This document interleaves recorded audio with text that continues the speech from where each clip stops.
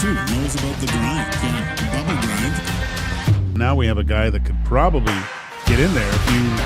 It's game day. The Edmonton Oilers hit the road once again.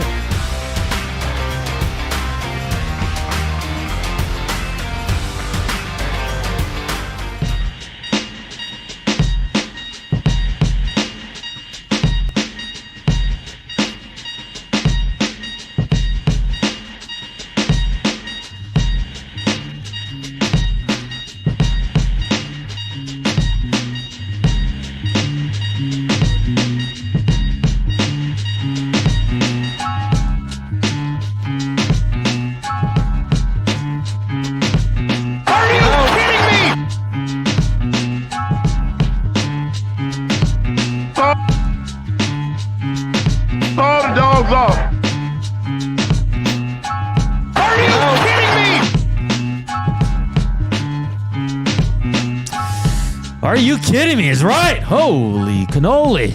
EST Afternoons here on Edmonton Sports Talk. Title sponsor of EST is Play Alberta. Visit playalberta.ca/EST to learn more. And of course, and if you're gambling, use your game sense. It's Joaquin, Gage, Hernan, Salas, Zach Kubich with you on this windy Monday. Thought the wind was bad, Joaquin. The Edmonton Oilers never disappoint, do they? Holy cow. Yeah, man, that's never a dull moment. What a drop. I think they just knew Dusty was coming back today, so they knew, let's give him something to talk about. Right? I mean, it's perfect for us because this just broke. Darren Dreger with the tweet of the week. Probably got 1,000 quote tweets already, even more retweets. This is just unbelievable. We're going to get to all of it. The Elks coming off a big win. Their first win in June since 2019, Joaquin. Justin Rankin was an absolute beast. He'll join us at 1:40. I find it funny that Dylan Larkin's three teams are Vegas, Florida, and Minnesota. What else do you want, Dylan? Helene St. James will join us from the Detroit Free Press at 2:20 to talk about what's gone all wrong with Dylan Larkin. And he might have to expand that list at least by 7 more teams if he really wants to get a move on there. But we got to start with this, Joaquin. Obviously, we'll get to F1. It was another great weekend in motorsports as a whole. Kimi Antonelli is just unbelievable right now. But we got to start with this, Joaquin. I mean, of all the, listen, Bowman was a controversial hire. A lot of people didn't like it. A lot of people don't like him now. And a lot of people don't like him because he's not a good GM. That's fair. After everything that's happened with this team, the Frederick deal, the Wallman deal, the Bowman hiring, Joaquin, what am I missing here? The Knobloch stuff that leaked with Bruce Cassidy. Now you want to double down and bring in Mike freaking Babcock. This is beyond ridiculous to me. I don't know how anyone in that office can sit there and be like, how can no one tell Stan Bowman, hey, man, this might not be the best idea that we've had. Seriously, how does no one... there's coaches everywhere, quality coaches everywhere that you can find. And that's the guy you land on? Do they do any work, due diligence, anything? Do they do it? Do they expand their horizons and look for a new young coach? No, they land on Mike Babcock. Now, nothing's official, Joaquin, but... I just can't believe... when I was showing Dusty the tweet, you should have seen his face. He was live on air. He was like, this is fake. I'm like, no, it's real. The Oilers are like the little Dutch boy with the at the dike. They gotta plug these leaks. They can't keep having these things come out. Keep it in house, man. This isn't good. Or maybe... I don't know who said it out there. Someone said maybe they're floating it out there just to see what people would think. Yeah. I mean, it's been 20 minutes, and I haven't seen one good thing about this. Not one person. Go on Twitter. Just go on Twitter. And it's not just Edmonton media or fans. The whole hockey world is shocked by this. I'll read you the tweet, okay? Just in case you missed it. The Edmonton Oilers are consulting with the NHLPA to see if there are objections that must be resolved before potentially hiring Mike Babcock. He doubles down 7 minutes ago. If it's determined an investigation is required to move forward, sources say the NHL would manage it. At this stage, the NHLPA has declined to comment. Like Dusty just told me, like when we were switching spots here, he goes, if they're, you know, if they're looking into this, it's because they're like, this is not just, let's see where he's at. They're really thinking of hiring this guy. Look, I don't know what happened. I don't, I like, it did seem like we thought at the end of the season, could Nobla be moved or could he be fired? There was and then the huge leak. I mean, if you were planning on getting rid of the coach, the list of candidates had to be a long list that you would put together. 100%. And the fact that this still kind of looks to me like they said, let's get Cassidy. And they were singular focused, like full blinders on, tunnel vision. That's what they were going to do. And they figured that was going to happen. It reeks to me of the same type of situation. And I'm sorry for ripping off scabs that have probably healed already, but the offer sheet scenario where it seemed like they knew they had two guys that they could squeeze at the end of it all and just give them their qualifying offers because they were restricted free agents and they didn't see what was coming from St. Louis. The preparation, the foresight that you need as a management group. And now it just seems like that's not there. So where else are we going to go? It seems irresponsible and lost. Like this isn't a good. I mean, I remember when they hired Stan Bowman. That wasn't very popular. No, with people. It wasn't. It was not popular at all. And now you're going to go down this path again with a guy that you look at the history and what he's done. You had former players, the Mule. Dusty just brought up his name. Johan Franzen said he had to go into therapy because of this guy.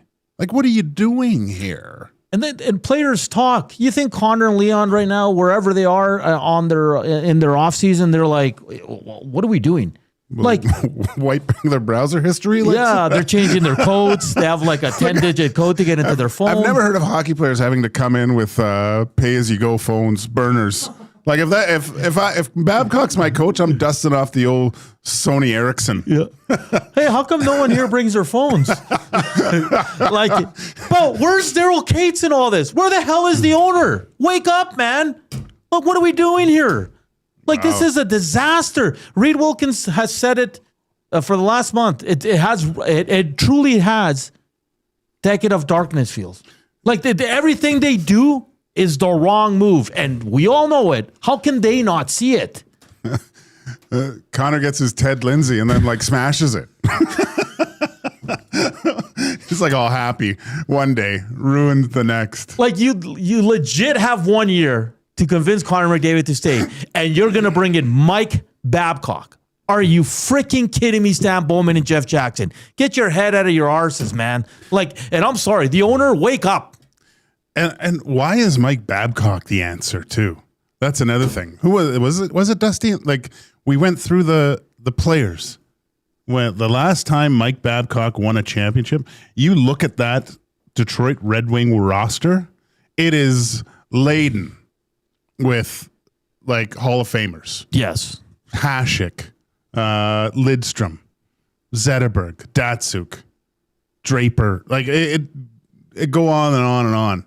Franzen, who's that? Filppula. It was a unique hockey team. Jesus, this is terrible. This is the team that went to back-to-back Stanley Cup Finals in the last 3 years, and this is where they're at now. No freaking coach looking to get no one can give me any good reason why. And listen, is Mike Babcock a good NHL hockey? He probably is, Joaquin. Oh, you know what? I remember hearing even Mac T said he went to a game in Toronto, I think, when Mac T was going to get his MBA and going to school there for a time. And he went to some Leafs games and he watched how Mike Babcock implemented his lines on the bench with the Leafs. He said it was masterful, right? But again, what has he done lately? Now, he hasn't coached, obviously, the whole Columbus thing. But there's guys going to get help, therapy help, because of how this guy was. And this is a guy you want to bring in. This is the guy you want to bring in. Chris says, I'm going to start cheering for the Canucks. Look what you're doing to Chris, Edmonton Oilers. Like it's this organization, even last week with the whole Darnell Nurse stuff, Joaquin, like it sucked that it leaked, and it was leaked by them. That's irresponsible to me. That's the Oilers trying to push their agenda to put pressure on Nurse. It's the same thing like all accounts, they leaked the whole Cassidy thing, trying to get pressure. And now this is 3 instances where things have been leaked out into the media that have, I don't know, maybe they thought it would paint them in a good light, but it hasn't. Well, if that's what they think, then I'm sorry, but then they all need to get their heads checked. And look, you're not Vegas. I know Vegas has a thing and we don't care about this, but you're also, I don't get it, man. They're probably going to hire him if it all goes through. Like he can't, because I don't think Cassidy's coming here. I know everyone thinks he is, but Gager, that's fine. There's so many other coaches. Yeah. You can go out and interview and how about do your due diligence like you said you were doing? Instead, you're landing on Mike Babcock, and the only other rumor name was Greg Berube. At this point, I'd take Greg Berube like this if it comes down to those two. Just back to the Darnell Nurse thing. Listen, we all know Darnell Nurse needs to be moved to make the money work, to improve this team. We all get that. But at the same time, Joaquin, it's disrespectful because it's the second time they've leaked that they've asked him to. Yeah. You don't treat veteran players like that, okay? You don't. Well, you do if you want them to make a decision on their own. Exactly. But how's that? And I asked you on Thursday, and you said, hey, it's a we know this happens in every sport, and it gets leaked. But I gave them credit for they have to do something, right? So, but the human side of it, you don't think Leon and Draisaitl, Nuge and Ekholm are going to be bothered by the way they did it? Yes, they will be bothered, but they understand that it's a business too. Like as a player, you have to come to the realization that there's certain friends or teammates who you enjoy being around that probably aren't going to be your teammates for your whole career too, right? And you got to figure what's the most important thing for you? Is it winning or having fun with your buddies? Yeah, no, and I agree with that 100%. I'm just saying, like, these guys on the human side are going to be like, they treated Darnell like that. Like, what are they going to do with us? Do you know what I mean? Like, and we all get they have to move him, and he probably will, because I can't see Darnell looking at this and say, yeah, I want to come back. Why would you? Why not give us 10 teams now, right? Exactly. It is just, it's baffling. I mean, let's go to the River Cree box. Haji says this is just a rumor so that any coaching hire will look brilliant. Well, it's not a rumor. It's confirmed by Darren Dreger. Yeah. Right? So it's not. This one says, I have already emailed the Oilers with my disgust. I really can't afford to take my family to a game. This might make me look for a new team to cheer for or even stop watching hockey. I can't believe this. The ownership is a bunch of clowns that live in white towers in the clouds. So people are not happy, Joaquin. Just say it, Hernan. Jay says, it's insanity to even consider this. Yeah. That's crazy. Hometown Wookie says, Oilers front office management continues to make themselves look desperate and hapless with the Babcock group. And that's the thing, Joaquin. Everything you've brought up 3 times. Now Babcock, now the nurse, and then the Knobloch Cassidy thing. All within a month, it's the terrible look. Yeah. It's terrible. Like in 1 month, an organization has done 3 boot, Name another organization that does that.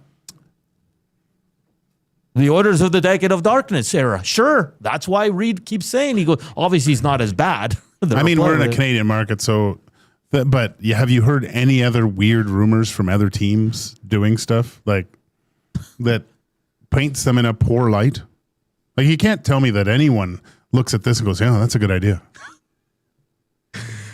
Really? Not even the most diehard Oiler fan can look at this and be like, oh, I'm on board. Because I think Dusty said Ken Holland, who had Babcock as his coach, wouldn't go near him. What does that tell you? And this is the guy you want to bring in the most important offseason of this club's history, where you can potentially lose Connor McDavid. Where he had Hall of Fame players, like the best, on his roster. He had one of the greatest goaltenders of all time, arguably the greatest goaltender of all time, and arguably the greatest defenseman of all time. So stop it. So when he won his championship, Joaquin, in 07-08, this is the next, okay? This is his coaching career. Lost in the finals. Fair enough. 2 straight finals. Lost in second round, lost in second round, lost in first round, lost in second round, lost in first round, lost in first round, out of the playoffs, lost in first round, lost in first round, lost in first. Yeah. So you're going to bring in a coach because he won a cup almost 20 years ago. When it was different, Joaquin. Completely different. I've heard stories, which I after hearing all the other rumors, I feel like it's true. Like, it wasn't just the players that Babcock treated poorly. It was his own staff. Yeah. That he made feel horrible at times. Right? Yeah. Like, he's just not a good person. No. Let's just call it how it is. From all accounts, Joaquin. Like, Marner hates him. Oh, gosh. Johan Franzen, the mule, who tough as nails on the ice, but look what he did to him. Like, that was one of the saddest interviews, hearing him talk about how he made him, like, he felt paralyzed on the bench. Like, just. It's crazy. At this point, they should have just kept Knobloch, man. They might come. Psych. Imagine that. Oh. But Joaquin, like, I just, for me, I can't. What's Daryl Cates, and where does he live? Beverly Hills, probably. I think it's Palm Desert. Okay, Palm Desert. He can't be sitting there today and being like, I'm so happy with what we're doing. Like, it just blows my mind. There's no way he can be thinking, unless Bowman and Jeff Jackson have some stuff on him, because I don't know what he's seen, what he's watching. He might not even care, dude. Look at I think he really wants a Stanley Cup, obviously. Yeah.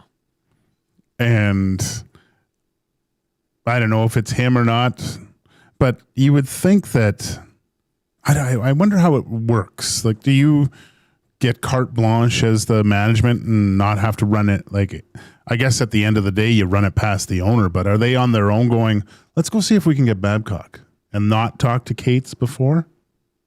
And then wouldn't go talk to him until, like, the possibilities of, they knew it was a possibility. Hey, we can get this guy. Would you be willing to pay him? Yeah, exactly. I think they have to, but it's just, I don't understand how he sits there and thinks this is a good idea. You guys are beating on this Babcock thing, and it's not even a confirmed signing yet. No, but it's a story, and that's what we do in sports trading. We talk about it. Vegas signed a goalie that has his own issues and gets a pass. He didn't get a pass, not on this show. Sorry, and not on a lot of shows, and not for a lot of people. He did not get a pass. But we cover the Edmonton Oilers. We're going to talk about it. But we have to, Joaquin. It's a huge story. Yeah. And it's one of the insiders confirming it. This isn't some guy in his basement tweeting this out. No. So, I mean, Darren's probably in a basement, but because it's cool. That's where his office is. Yeah. Oh, man. Wasn't Cates the one that was mad and fired Knob? From accounts, though, but yeah, sure. And she says, well, 110% for sure now we know the Oilers management have no clue what they're doing. I mean, Tommy's been saying this for a while. There's a disconnect there. Frank Sararelli said it, 3 weeks ago on another show. He goes, I feel like that everybody's pulling in their own direction there. I wonder, how does it, you would know, do reporters reach out to, like, organizations to try to contact players and get their feelings on things? Not usually, like, unless there's like a relationship there. Like when I was with the Elks and, like, say, like one of the media want to talk to a player about something else. Yeah, especially in the off season. Yeah, it still go through PR. Yeah. Yeah, that's the way you're supposed to do it. Now, some guys go out and reach out to guys because they think there's a relationship there, so it's a little bit different. But I'm sure if Elliot Friedman texted Connor McDavid, say, hey, what do you think about this? Connor can simply say no comment. Yeah. Or not respond. Yeah. Right? Makes me wish the game was tonight because this would... I mean, the league must hate this. Because it's one of the greatest finals in ever, right? Yeah. Like it's fantastic. And these types of little things take away from it. Well, the Red Wings and the Oilers are probably in trouble with Bettman. Because why are you guys leaking this Yeah. No. Well, I think that was on the players' side. I think Larkin did that. Yeah, his agent threw it out there to one of the insiders. Because that's how it works, right? Like, let's say I wanted to get something out with the Elks. You'd always have a discussion with the GM and people involved in that and say, okay, give it to this guy. And then you tell them what the story is, and then that person would go out and tweet about it. Talk about unrealistic expectations to teams you want to go play for.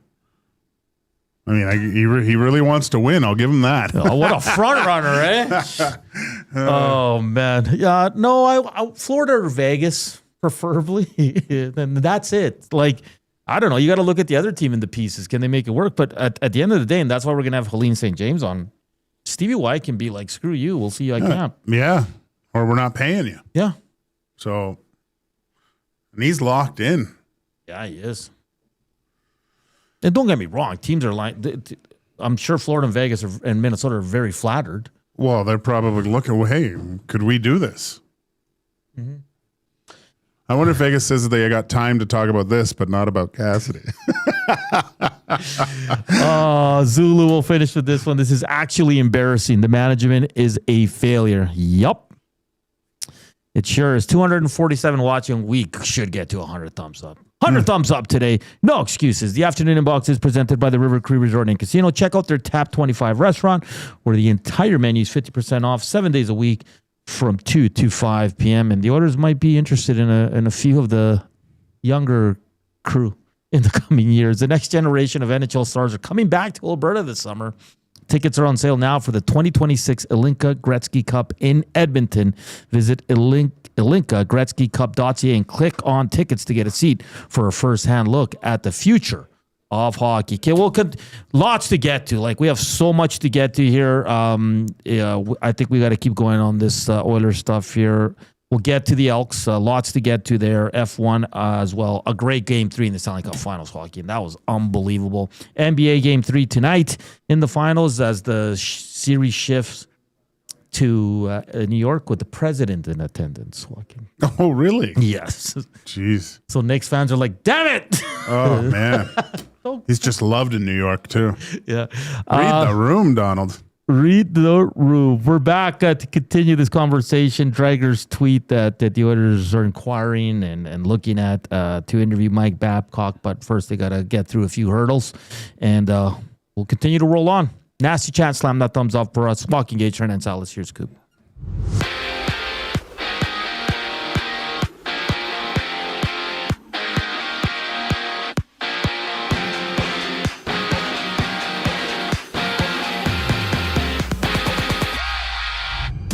According to TSN's Darren Dreger, the Oilers are consulting with the NHL's Players Association to see if there's any objection to hiring Mike Babcock. Amid allegations of invading player privacy in 2023, Babcock stepped down as head coach of the Blue Jackets. TSN also reporting that the Kings have signed Peter Laviolette to a 3-year deal to become LA's new head coach, replacing interim bench boss DJ Smith. Basketball news, the Raptors, they've signed general manager Bobby Webster to a multi-year extension. The extension comes with the promotion to executive vice president of the club. Terms of the contract are unknown. Elsewhere, the NBA Finals roll on. San Antonio trailing New York 2-0 in the series. Tip-off goes at 6:30. Jays action, they challenge the Phillies just after 5 o'clock for the first of 3 games in their series. Patrick Corbin gets a start for Toronto. Philly countering with Christopher Sanchez. In soccer news, Canada is taking Moses Bombito's injury. bye day after he sat out of Friday's draw against Ireland. Bombito did play June 1st against Uzbekistan, but is still recovering from a broken tibia. This sports update is brought to you by Windsor Plywood Leduc, locally owned and operated, serving Leduc and surrounding areas since 93. They have doors, flooring, baseboards, and of course, they have plywood. Go see the knowledgeable staff today at Windsor Plywood Leduc. The show continues after the break here on Edmonton Sports Talk. I'm Zachary Kubish, keeping you in the loop. The Nielsen Show with Lieutenant Eric. Darren Dreger. For all the warts and the flaws that Oilers fans may believe Darnell Nurse has, there's a reservation, I'm sure, from other NHL clubs, mostly financially. But again, that's a relatively short term here in the bigger picture. And the view of Darnell Nurse as an NHL defenseman, I think, would be a lot higher than what maybe Oilers fans would think. The Nielsen Show with Lieutenant Eric. Weekday mornings 6 to 9. Only on Edmonton Sports Talk. Your clear choice for Edmonton sports.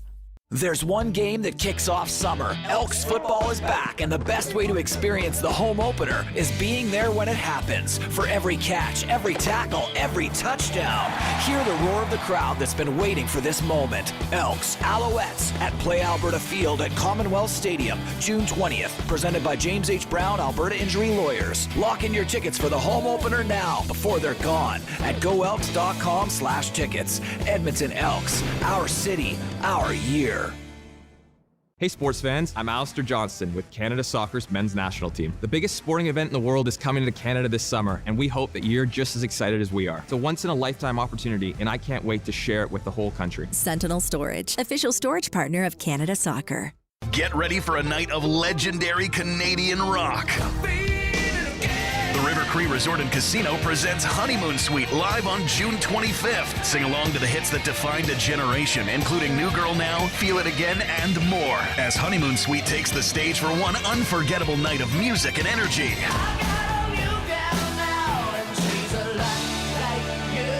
Don't miss Honeymoon Suite June 25th at River Cree Resort and Casino. Tickets at rivercreeresort.com.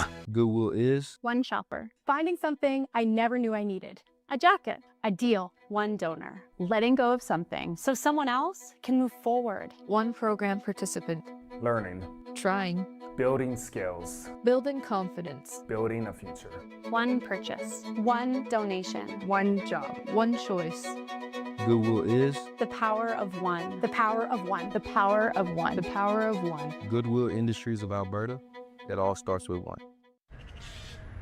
Somewhere, someone is sitting on a patio that is literally part of the parking lot. They're hot, uncomfortable, and bored. Do not be that person. The Canadian Brewhouse has a rooftop, real turf, misters, fire tables, patio games, big screens, and zero reason to be bored. This summer, your standards are higher than a parking lot, and you know it. The Canadian Brewhouse, Canada's best patios.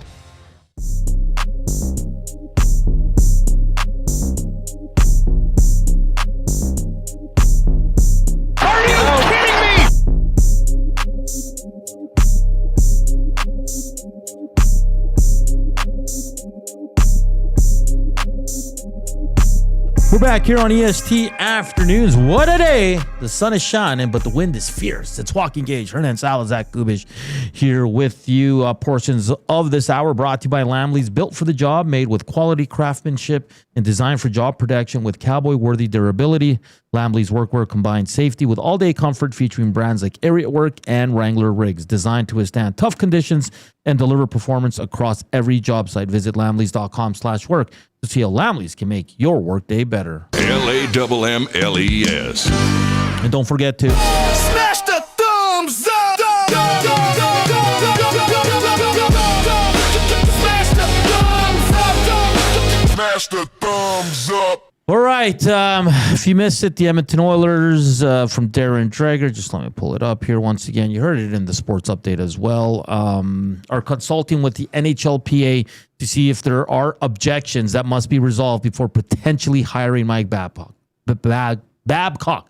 That sounds to me, Joaquin, like this is the ball's rolling on this. This is not just an inquiry like, hey, what are you up to? Like, this sounds like they want this. It just seems like if you were Babcock was behind a fence saying no trespassing, do not enter, minefields, just all the, and let's go see what's over there. Like it just seemed you don't touch that. You don't. His last series win was 2013. This reeks of desperation by the Oilers. Again, I don't even know if they interview other guys, talk to other people. I don't know. How about talk to players that played for this guy? Talk to people in Columbus. Just saying, man. I'm a radio guy, and I can come up with 3 things that they could do to get a really good read on Mike Babcock. Have they? And then probably going to come out, and if this does happen, but he got the help. He did this. He did that. But at the end of the day, like, why are you going down this road? Why? When there's so many other candidates that can coach this team. It's crazy, man. It's unbelievable. Like, would you let's get to some messages on the River Creek inbox. A few good ones here. This team has also tried signing Jake Virtanen, signed Kane, hired Stan Bowman, got Corey Perry after his scandal. Now this Babcock thing. This is a pattern. I'm convinced this team does not have a PR department. Well, I mean, they can only say so much. Mm-hmm. Right? At the end of the day, it's Jeff Jackson, Stan Bowman. This organization has gone to hell in a handbasket. Wow. All these awful decisions. Who doesn't hope for McDavid and even try to carry on elsewhere? Wow. Embarrassment management from top to bottom. I think I'm out of the higher Babcock group. That's a big group. Talk to Rozovic, Dirty Don says. Did he play for? Oh, yeah. Oh, man. Interesting.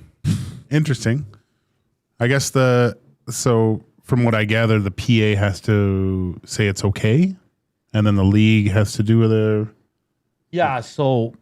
investigation. I'm just trying to read what Darren Dreger said, and so if it's determined an investigation is required to move forward, sources say the NHL would. Okay, so. Yeah, it's weird that now what does that? Because there's a coaching union too. Like, is he part of that still? Like, what effect does that have on it? Yeah, it's when's Dreger on Dusty Show? It was this morning. Damn it! Can we circle back? It's just. It's unreal, man. It is unreal that they're going down this route. Yeah. And again, just by that tweet, to me, that sounds like the ball has been moving. There has been conversations because now it's the final straw now, right? Like, hey, are you guys going to do an investigation or are we good to hire this guy? Yeah. Maybe they know something we don't. Maybe they know.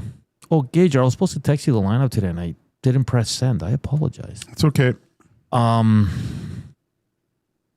What was I talking about? This is further down along the road as we thought. This is, that's my opinion. I think this is probably closer than many think just by the wording of Darren Dreger's tweet. Mm-hmm. But again, maybe they don't know. Maybe they know Vegas is not going to give him permission. Maybe Kelly McCrimmon told Bowman, "Hey, we're not letting him deal with it. You got a year." Yeah, it was the NHL said, like, they came out and said they understand and they're well within their right to do this, but I think what they will kind of get forced to do something once the season is done. I mean, I'm surprised there's no game tonight. That's terrible. But I mean, if this is over, it'll be over in a week. So regardless of how many games it goes. And I mean, you've waited this long. What's another week? Yeah. So, and then we'll really find out what's going on. I mean, and other teams might start reaching out to see, like, what other teams are looking for coaches. The Leafs still, right? Yeah. Oilers. Laviolette in LA. He just signed in LA, so that's one gone. Mm-hmm. I don't think there's much movement other than the Leafs and Oilers, right? And the Leafs, I think they're now doing their in-person, and I think it's about 5 candidates. See, that's whole, and it's crazy I'm saying this, but that's what normal teams do. Yeah. They interview a handful of candidates. With the Oilers, well, it's Cassidy. Well, we're not allowed to talk to him. Well, let's go to Babcock. Let's make things worse. And listen, I'm not one of those guys that believes that you have to consult everything with the players, but I don't know how some people can interfere here. Like, I'm being honest. I don't know how Connor McDavid and Leon Draisaitl and Nugent Hopkins can just sit there and be like, okay. Well, as a player, you probably don't want to, but also you're bringing in a guy that a lot of players have complained about, and there's a reason why he's not coaching. Do you really want that guy in your room when you're trying to win a cup? Well, it was just he had a chance. Like he came back in Columbus, and it wasn't, and then all this other stuff came out. Yeah, and he was doing like he was sitting there in front of people, talking about what did he learn from his past situation. From what I remember, the answers weren't great, but he said he worked on himself or whatever. But he was doing the exact same thing. He was calling guys in and let me see your phone. Yeah. I don't think I've ever asked to see your phone. I mean, that's a weird thing to ask. The only people I ask to see my phone or their phone is my kids. Yeah. Because it's usually to try to find where I put mine. Oh, man. Yeah, it's bizarre, man. I'm just blown away by this. Just the reaction online, buddy. Like, they're having a field day with the Edmonton Oilers. A field day. And if someone can give me a good reason why this is a smart decision, please feel free. 780-218-9999. That is the River Cree inbox. Nasty chat as well. Slam that thumbs up. Afternoon inbox presented by the River Cree Resort and Casino. Check out their happy hour. It's $5.25 drinks available Sunday to Thursday from 9 a.m. to 7 p.m. We got to get out. We're going to switch gears next. We're going to talk a little bit of Elks. Justin Rankin coming off just a monster game. 196 yards combined, 102 rushing, 94 receiving, a touchdown. He was one of the best performers of the week. We'll talk to Justin Rankin next, and then to start off the second hour, we'll circle back to all this NHL news. Helene St. James still to come from Detroit, and of course, the Screw It, Let's Do It parlay. We were close. I hit with Tim White. He got just 5. Bilal Muhammad lost. Our Nasty's pick wasn't even close. I think they only scored 1 goal. You were close with Lewis Hamilton. I was rooting for that one. But we kind of knew Saturday night we were done because of the UFC match and the soccer match as well. Justin Rankin from the Edmonton Elks on the other side of the break here on EST Afternoons.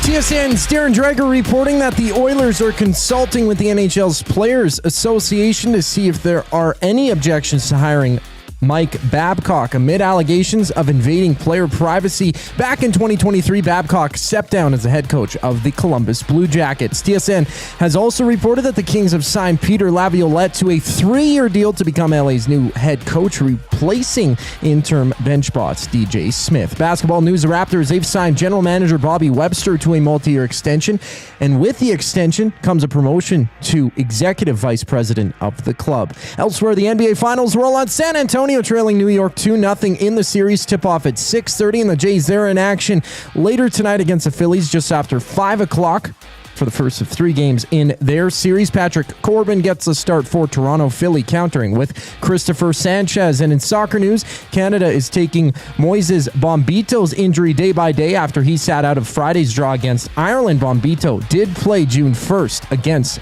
Uzbekistan, but is still recovering from a broken tibia. Elks running back Justin Rankin up next here on EST Afternoons. I'm Zachary Kubish, keeping you up to date. The EST EST Hangout. Because then we're gonna go get Bruce Cassidy in a year, but we want you this year kick this team in the butt. Maybe that coach says, but yeah, 1 year, sure. So why does everyone? Here's the other thing. I ask it. It's like, why is Cassidy the only guy? Why is he perfect though? Yeah, that's the only thing I don't understand. Are we fixated on this, or is there legitimacy to why he is the right guy? The EST Hangout, presented by Sentinel Storage. Weekday mornings 9 to 11, only on Edmonton Sports Talk. Your clear choice for Edmonton sports.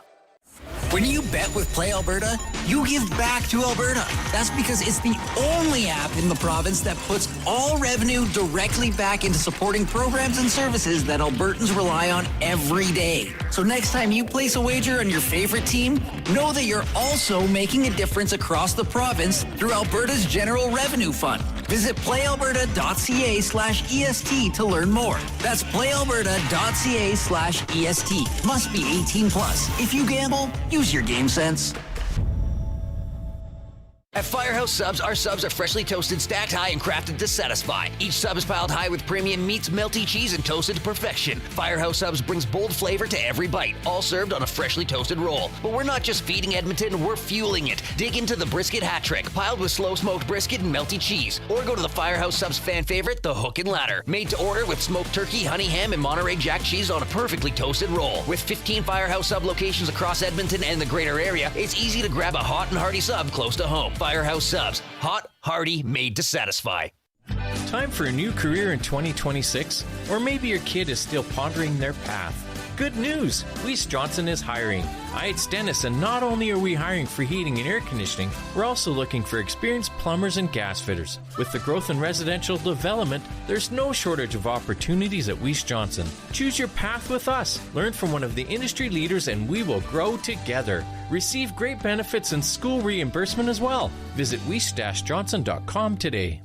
Looking for quality building materials and friendly advice? Visit us at Windsor Plywood Leduc, family owned and locally run since 1993. From interior materials for doors, flooring, baseboards, and all the finishing touches to all you need for your outdoor projects like cedar lumber for decks and fences, plus all the plywood you'd need. Our full-time on-staff carpenter can help with anything odd-sized or custom, and from domestic hardwoods to exotic selections, we've got you covered. And if we don't have it, we'll track it down for you. Windsor Plywood Leduc. We're the experts you need to know.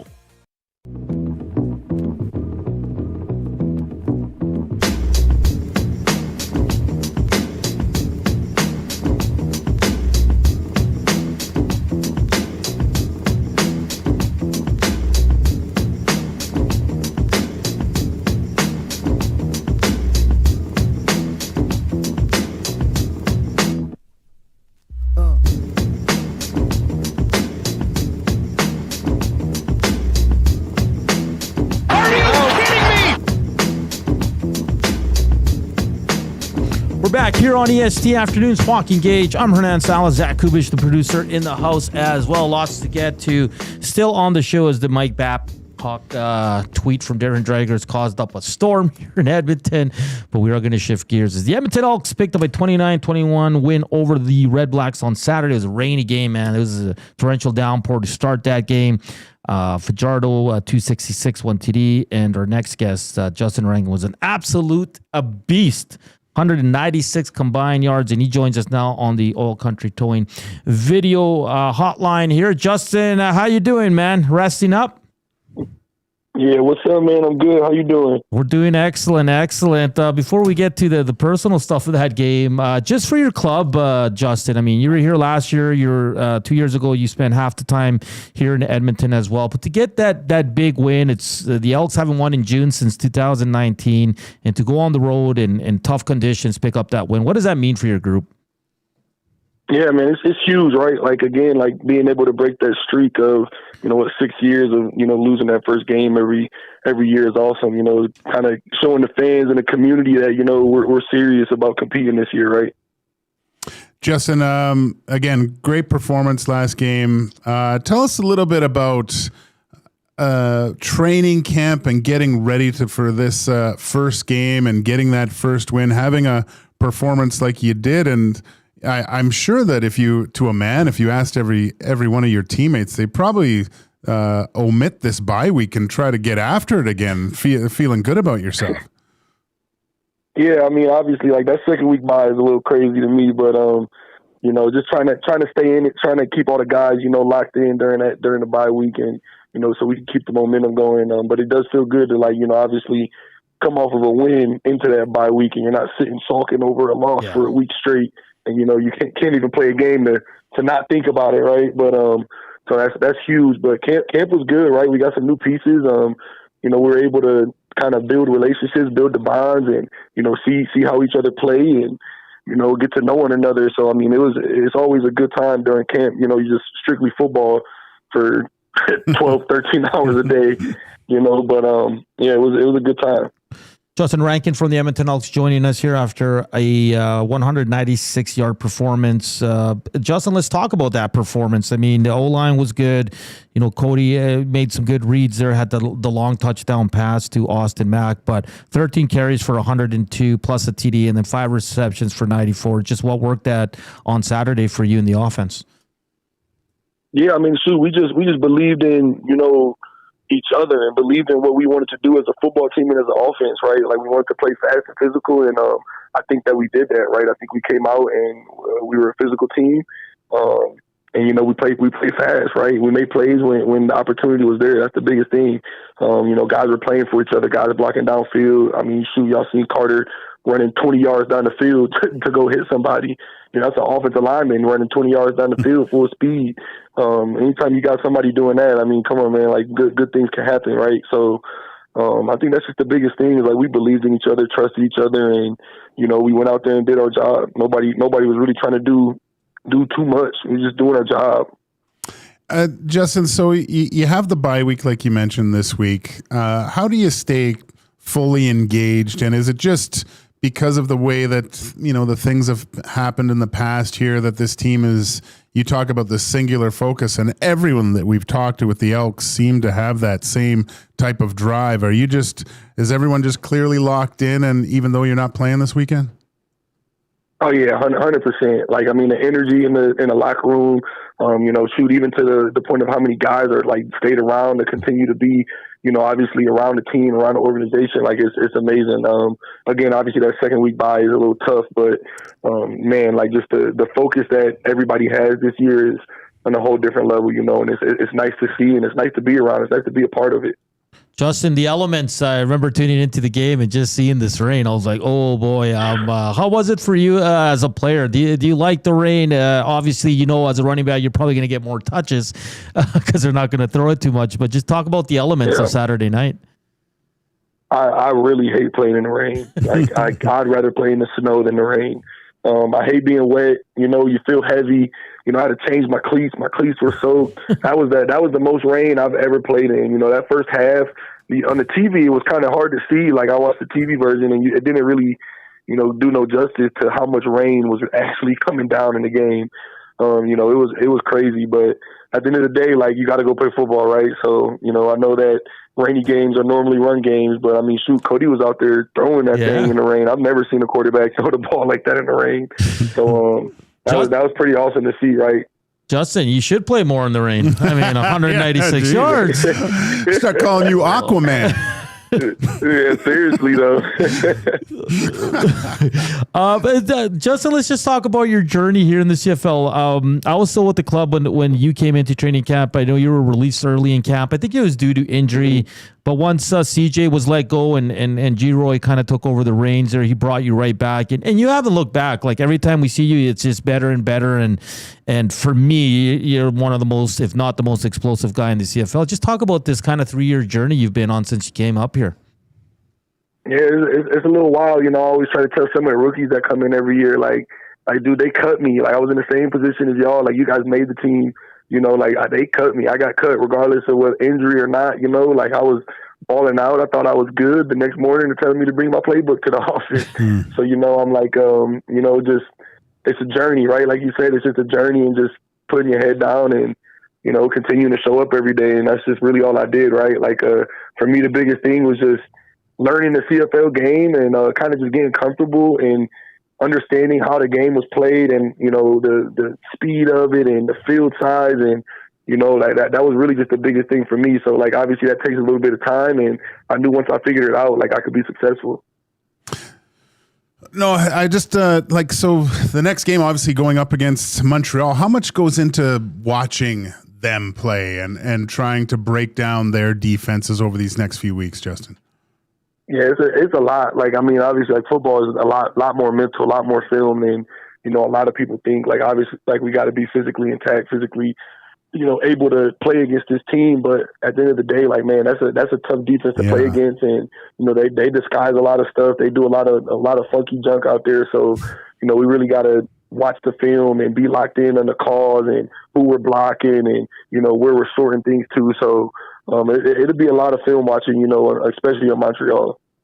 Justin Rankin from the Edmonton Elks joining us here on EST Afternoons. And Justin, you're third right now in rushing. You're just behind Mills and Brady, and you're third in receiving after 1 week. 1,000 and 1,000, is that the goal, or are you just going to play? I tell you what, last year, like, I used to think about it. You know, I just told my dad about this earlier too. Like, I don't even, this year I just want to win. You know, like, whether I get it 1,000 or not, whether, you know, I rush for 2,000 yards or 500 yards. Like, I don't care as long as we just win. You know, I want to help turn the organization around and, you know, give the community, the fans, what they, you know, been waiting for. And I just want to win. That's really it. I'm tired of losing. Yeah, no, for sure. And a good start. I mean, a big win in Ottawa. And one last one for you, Justin. I mean, listen, there's a lot of good running backs in this league. Dietrich Mills was a top rushing running back last year. You have Brady Oliveira, who's been an MOP in this league. Do you keep tabs on kind of your competition at your position around the CFL? I mean, a little bit. Like, I like watching those guys play. You know, like, they're at my position, and those are good football players. You know, so like it's enjoyable to just watch them play and break down their film. Try to take some of the stuff they're doing, maybe add it to my game. You know, things like that. Like, because I mean, shoot, like you said, like those are good running backs. Like, especially Dietrich, Brady, like, you know, some of the top guys in the league. Like, so you know, I want to say keep tabs, but I enjoy watching them because, like, I mean, shoot, they're playing some good football. Good stuff, Justin. Well, enjoy the week off, my friend. We'll see you guys back at practice next week and ahead of that big game against Montreal here for the home opener. All the best, bud. Like, yeah, appreciate y'all for having me, man. Thank you. All right, Justin Rankin from the Edmonton Elks coming off 196 combined yards in terms of carries and receptions. An absolute beast. Like, this guy is just incredible, Joaquin. What a find. Yeah. No, it's and Jay, I think his stat, the like, what was it, 92 yards came after the catch? Yeah. On those? Like, he's unreal. Some bad news, though, for the Elks. It looks like Woodmansey, he left the game. No update yet. We're waiting to see, but there is some news circulating around the good old X machine that he might be out for, he might miss a handful of games, which is unfortunate. Our boy Nick Anderson, I think dislocated finger, but led the team in tackles. Still an absolute long way beast. from your heart. It is. Tape it to the other one. That's all you can do anyway. Malik Carney's an absolute beast. I mean, Reed and I were talking, like, I think he was being held on every play. Like, he is unreal. The only things I didn't like, Joaquin, fourth quarter, the Elks offense got way too conservative. They were playing chicken bleep football. That's what I like to call it. Yeah.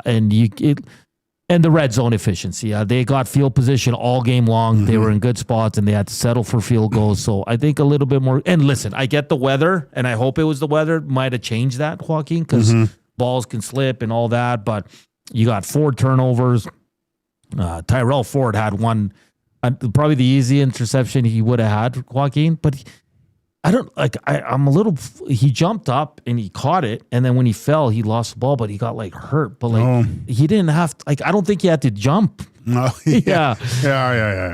So and that's the only thing. The offense, you need to see a little bit more. Now, it was horrible weather there, so you give them a break for that. Defensively, I thought they looked good. I thought the secondary was fine. I thought the linebacker, I thought Joel DeBlanco was excellent. Like I said, Malik Carney was good. Noah Curtis picked up the sack. And all in all, Blanchard 5 for 5, Joaquin. You can't be too upset about that. And they win in June, which is important. What did we say? They need to win early. And Justin just said it too. We didn't want to come home off the into a bye week with a loss because it's probably harder. Yeah. Hey, just seeing Chris Johnson from TSN saying Brandon Busey is in the starter's crease at practice. Ooh, boy. So Freddie Anderson out. Freddie Anderson out, possibly. maybe he's got the start for Game 4. He's in the starter's net, but Freddie Anderson isn't on the ice, so who knows? What a game though! Like 4 goals in the third, I couldn't believe it.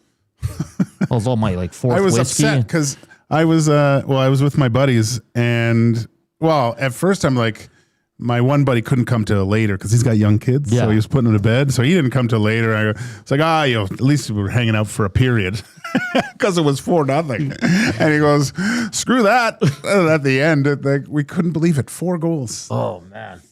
Even though the fourth goal was a little iffy, the Torts didn't want to challenge it. It was a goal though. Yeah. And then I just wanted... You knew he couldn't afford, especially with that power play. Their power play is cooking right now. Oh yeah. But do you go with Busey? Why I mean, not? he came in and stopped Marner on the breakaway or the penalty shot. Yeah. And a breakaway too. And a breakaway. I mean, Anderson has not been good. Well, this is my buddy I was with. He was like, we were saying, after the second goal, you should pull Anderson right now. Yeah. He's actually allowed 4. Yeah, it's because there's 2 Yeah. to take it away. That's actually a good point. Yeah. No, yeah. we were like, get him out of there, man. Like, and I was saying how, it got called back, but as a goalie, goals against you, they're not supposed to affect you. But you've had like 4 shots, 2 of them have gone in, and you've been saved by the bell with coaches' challenges.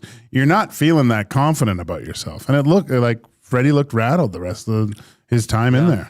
Yeah, no, I mean, I don't think it's a desperation move. I think they're just, hey, let's see if we can switch the momentum a bit here. We'll see. And like you said, they're getting 2 days off. Game should be tonight. And the NBA also. There was no games yesterday. There was motorsports, but you know what I mean. Yeah. And no, it was a great game. It's been a great series, man. It's been an absolute great series. If you missed it, we'll get to it next in Noticias as well. But yeah, Game 4 goes tomorrow in the NHL Stanley Cup Finals. We have the NBA Finals today. It's Game 3 between the Knicks and Spurs. The Knicks look to take a stranglehold on that series. Can the young Spurs get one in New York and send it back to San Antonio? We'll wait and see on that. And the Elks. Hey, a win is a win. Was it perfect? It was not perfect. A lot of things you want to see improve, but it's week 1. We all get that. And the weather again was a big factor. But all in all, they won. That's important. Now you host next week. Very good Montreal Wedge team. So that's going to be a really good challenge. The Ottawa REDBLACKS. I'll be honest, Joaquin, I don't know how long they can go with Jake Mayer. We'll wait and see on that. But they weren't terrible either. But I still think they're going to be at the bottom of the CFL standings. But good on the green and gold. Big win. Justin Rankin, an absolute beast. And Austin Mack with a great catch. TJ Luther with a great catch. Hey, and we won our first matchup in CFL Fantasy. We did? Yes. We're 1-0, baby. Nice. We're 1-0. So move on to and Friday's game between the Stamps and Bombers was a classic, Joaquin. With our boy Dustin Nielsen. It was fantastic. It's weird seeing Dusty today. All I hear was just on the TV or whatever, And he had a cool shirt on, new pants. Well, he looks like, look at little Kelowna boy. He's got the khakis and it looked like the boat shirt. Yeah. And he told me he got a blue one too. I had to introduce myself to him this morning. Did he remember you? Yeah. Justin Rankin and all our guests are brought to you by Old Country Towing, Edmonton's most trusted 24/7 roadside rescue team, fast, safe, and reliable for over 15 years. Whether it's a game day or a snowstorm, we work as hard as your favorite team to get you going. Call 780-986-6088 for all your towing needs. Hour 2, screw it, let's do a parlay. Helene St. James from Detroit to talk about Dylan Larkin. And up next, we'll go around the world of sports with Noticias. It's all coming up here on EST Afternoon. Slam that thumbs up for us and hit us up on the River Korean Box, 780-218-9999. The Reed Wilkins Show with Jay Milne. Double E alum Jed Roberts. You do an awesome Giz impersonation. Did you ever call him all the time as Giz? Yeah. Call him Giz? Yeah. Hey, Giz. He'll call me and go, hey, Jay, I know you can't hear me, you dead bastard. Oh, jeez.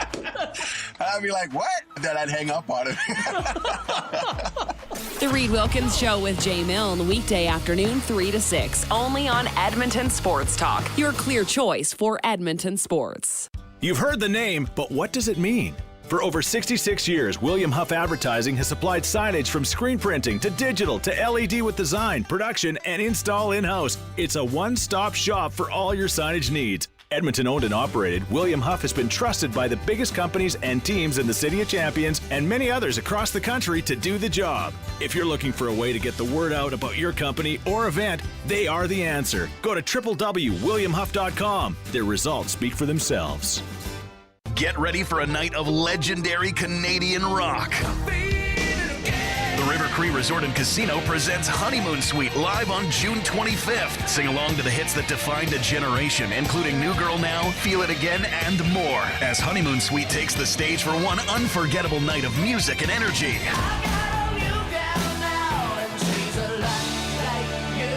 Don't miss Honeymoon Suite June 25th at River Cree Resort and Casino. Tickets at rivercreeresort.com.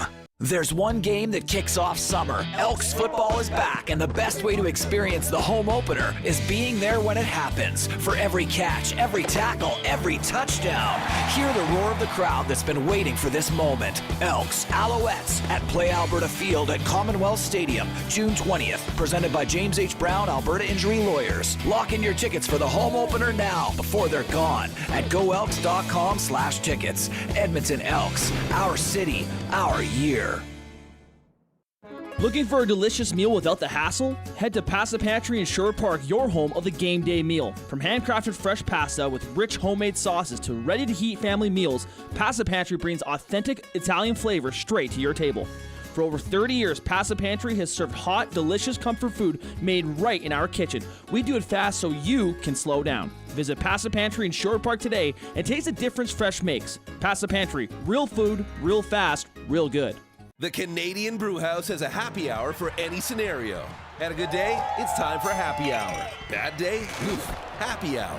Boss said great job? Happy hour. Boss said let's circle back? Ugh, definitely happy hour. Got a promotion? Happy hour. Spilled coffee on your shirt 5 minutes after getting dressed? Ugh, happy hour. So whether you're celebrating or recovering, our happy hour starts at just $3.99. The Canadian Brewhouse. Your day just got happier.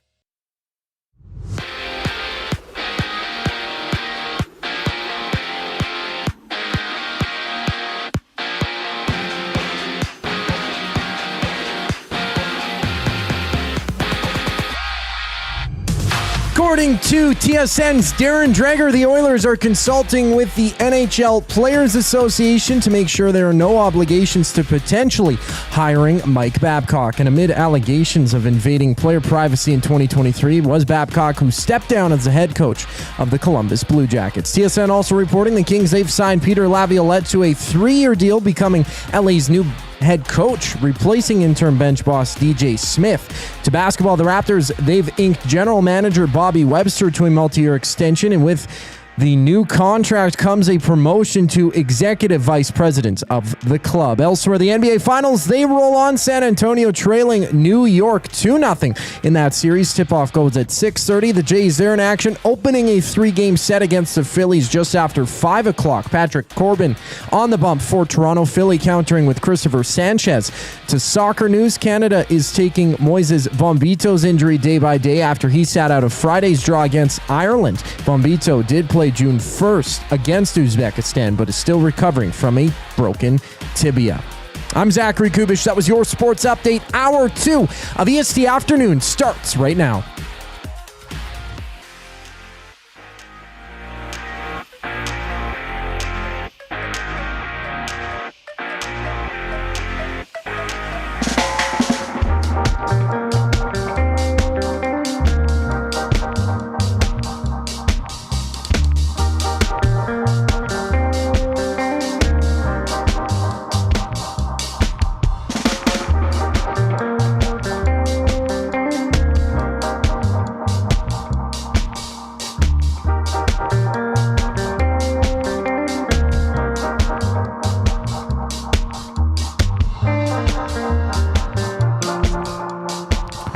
Back here, hour 2 on EST Afternoons, live from the William Huff Studios. It's Joaquin, Gage, Hernan, Salas, Zach Kubish with you. What a day!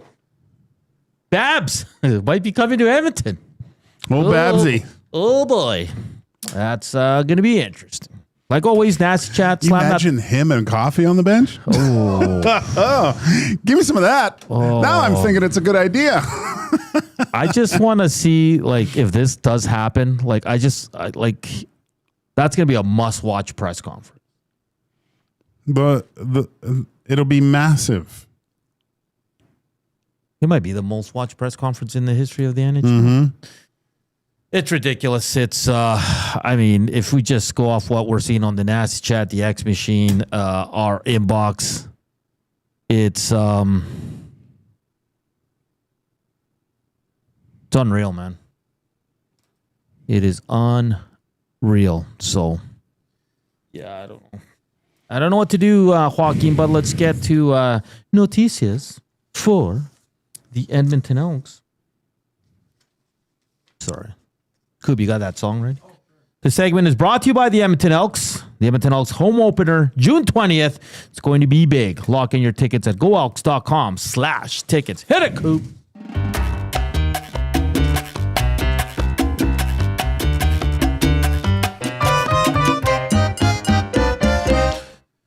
McDavid wins 5th. Ted Lindsay. I mean, the players voted. Yeah. We can't be upset about it. No. Nope. They think he's the best. Yeah. We didn't say it. We didn't say it. Blue Jays take 2 of 3 over the weekend over the Orioles. They'll host the Phillies today to start a 3-game set.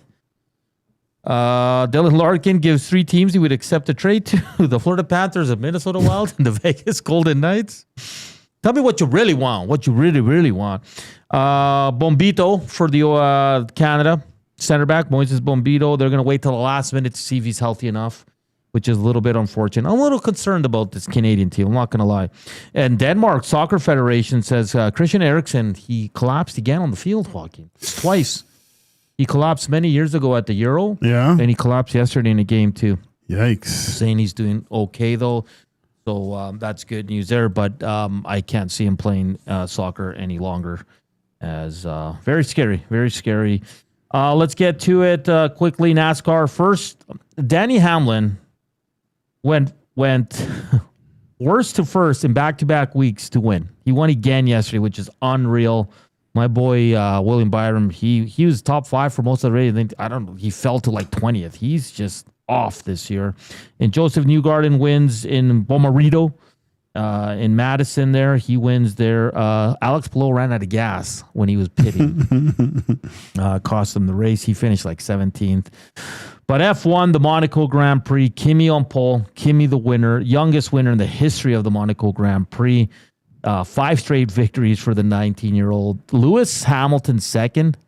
Isaac Hadjar third. 7 DNFs, including Max, Lando, and who's the other big one? Oh, and Leclerc with the brakes. He's had enough of the brakes. But Joaquin, man, we're seeing something special with Kimi Antonelli. And Lewis, man, he's right in there, man. He's second now. He is. You know, when I was watching qualifying there, and Lewis puts it on provisional pole, as they say, and then Kimi goes, and then Max splits them. Yeah. Like, it was unreal that qualifying. There's nothing quite like qualifying in Monaco because the cars can't go full out, right? They're just constantly braking and shifting, and it's just when you're in the cockpit and you got the helmet cam going, it's amazing. Like, it's scary. Yeah, what they're doing out there. But man, you got to look at Lewis. Now he's second in the Drivers' Championship. This is there's a long way to go. Right? But we talked about it. We're like, he'll probably never win one again, but he's second. Now, he's pretty far behind. But Kimi's, what's really odd is how far Kimi is ahead of George, though. Yeah. And George had a bad race. Like, and Tim's talks about it. And, you know, when you're watching the race, I watched the F1 broadcast, but Coulthard talks about just confidence in the car, and feeling that is just it's another level. And so when you have the utmost confidence in yourself, first of all, but then also you have it in the car, it's just an unbeatable. That's the meld of man and machine, right? Mm-hmm. So, and that's what Kimi's feeling. I mean, it's funny because he's such a kid, right? Lewis is older, than both the guys he was on the podium with, like combined. And you know what's crazy? Because like Lewis leaves Mercedes, George is like, I'm the guy. Oh, George. And now he's not the guy anymore because it's Kimmy, man. I didn't like George is an extremely confident guy too, but I didn't like some of the things that he said. Like he said, if I came to F1 a little earlier, like some of these young guys, I'd already have a championship. And he's the Shooter McGavin of F1 this year. Remember in Happy Gilmore when it was his year to win, it was his yellow jacket. That's how George was this year. Yeah. And yellow jacket, green jacket, who gives a crap? You got to perform when you're out there. Yeah, it was like I said, it was a great week in motorsports. Really enjoying it, and this kid Kimi Antonelli. If you're a casual F1 fan, like tune in because this kid's doing something special this year, man. Like no teenager has ever won back-to-back races. Now he's won 5. And buddy, imagine he wins a championship at 19. Like what's the and this is what Lewis said. He goes, I'm part of something special that, you know, somewhat reminds of him back in 07 when he first broke in, but he's looking at Kimi going, what's this guy going to be able to do in 10 years? Exactly. He's not even in his prime. Yeah. Not even close. This is Noticias, so I have to get this out there. More on Mike Babcock. If you didn't think this was real or not close, wait till I tell you what I just saw on Sportsnet. So this is a Sportsnet article. It says Elliot Friedman. It's real. They are considering it. And according to several sources, Babcock has spoken directly with owner Daryl Cates. There you go. What are you doing, Daryl? You like how I call him on a first name basis? Like this is mind-boggling. Like what is this? A fanboy owning a team and just having some fun with it? Like this is terrible, Joaquin. I was hard on Jeff Jackson and Sam Bowman to start the show because I was like, there's no way Daryl Cates is okay with this. Boy, was I mistaken. I mean, it's the top headline on TSN right now. Like where there's smoke, there's usually fire. Yeah. Buckle up, fans. Hey, Coop, we might need a poll today of if the Oilers hire Mike Babcock, are you done with them as a fan? I'm seeing a lot of that on the inbox, man. That's the only reason I posed the question, because that's what I'm seeing.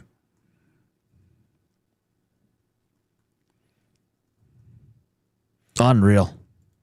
The owner is in on this. The owner is in on this. Mm-hmm. One of the worst ideas the Oilers have ever had. They come up with a lot. Trust me. Now the owner's in on this? Come on. What a joke. You know what? If 97 ends up leaving, I'm not going to sit here and say anything. Can you blame him, Joaquin? Like, legit, can you blame him? It's a complete bleep show. Complete bleep show. It's just tiring, man. Like, come on. You're going to really blow this with Mike Babcock as your head coach? Who the hell's going to want to work with this guy too, Joaquin? Well, who was saying DJ Smith will probably join the Oilers there if Babcock? Yeah, I mean, say hello to the Winnipeggers at Huss, right? Phyllis says, but feel sorry for us. Jeez. Imagine having Connor McDavid and Leon Draisaitl, and to a certain extent Evan Bouchard, and other markets feel sorry for you. Imagine that. They feel sorry for you. Like, I hope Daryl Cates, if this comes down, Joaquin, is at that presser, because I think he needs to show some face and be like, yeah, I was a part of this. You don't see much of him, though, right? No. I don't think you would. I don't think he'd expose himself to that. But what is the fascination with coaching and always going back to the same well, Joaquin? What do you mean? Like, it's always Laviolette's back now. Woodcroft's going to show up again. Oh, yeah. You mean the recycling The recycling of it's like there's only a handful of guys that are actually able to do the job. Where I really, like Berube's out there, Gerard Gallant's out there. Who am I missing? Woodcroft's out there. Yeah, but I don't think you'd bring him. I don't think you'd be bringing. There's probably a lot of assistants in the.